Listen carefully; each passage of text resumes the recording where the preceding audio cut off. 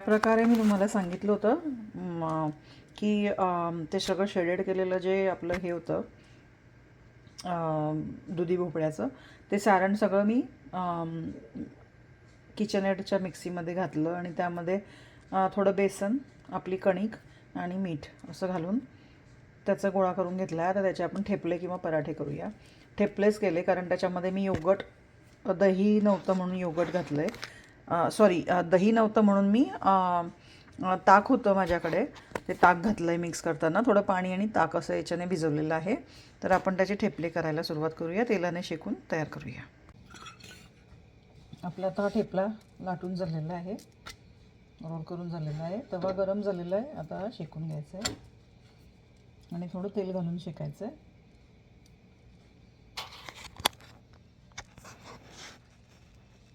हे बघा, याप्रमाणे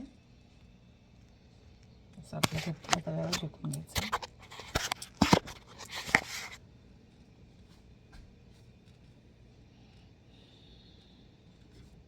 कसे आहात फ्रेंड्स?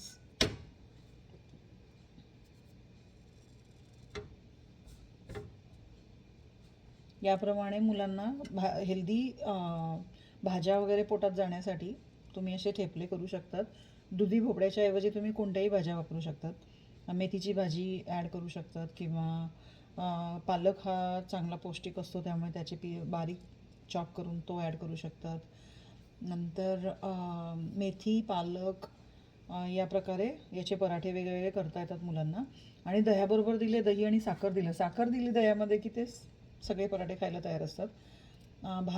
असंच भाजीपोळी केली की ते जेवत नाही, त्यामुळे भाजी पोटात जाण्यासाठी ही पद्धत चांगली आहे. मुलं त्या मार्गाने तरी भाज्या खातात, नाहीतर भाजीपोळी अशी ताटामध्ये घेऊन जेवत नाही. अगदीच कमी खातात भाजीपोळी म्हणलं की. तर पराठ्यांमध्ये ॲटलिस्ट थोडी तरी भाजी पोटात जाते, ठेपल्यांमध्ये किंवा पराठ्यांमध्ये. सो या प्रकारे लवकर होतात. काही लोक स्टफी करतात, स्टफी पराठे पण करता येतात. कॉलीफ्लॉवरचे स्टफिंग पराठे असतात, पोटॅटोचे स्टफिंग पराठे असतात. आणि याच्याबरोबर आम्ही दह्याबरोबर खातो किंवा कधी कधी पीनटची चटणी करतो. महाराष्ट्रामध्ये पीनटची चटणी करतात, जी आम्ही डोस्याबरोबर पण करतो. पीनट हे रोस्ट करायचे असतात आणि मिरच्यासुद्धा रोस्ट करतो. बारीक मिरच्या असतात ज्या इंडियन स्टोअरमध्ये मिळतात त्या, आणि थोडं लसूण आणि कोथिंबीर असं हे मिक्सरमध्ये फिरवून घ्यायचं. जेव्हा गार होतात शेंगदाणे तेव्हा मिक्सरमध्ये फिरवून पाणी टाकून थोडी पेस्टसारखं असं थिक करून मग नंतर ॲड करू शकतात तुम्ही. तुम्हाला हवी तशी लूज करू शकतात तिला बाहेर आणल्यावर. पण ही चटणी डोस्याबरोबरही छान लागते, नंतर अशा ठेपल्यांबरोबर पण छान लागते, किंवा तुम्ही भाकरी केल्या, मेथीच्या भाकरी केल्या, त्याच्याबरोबरही छान लागते चटणी.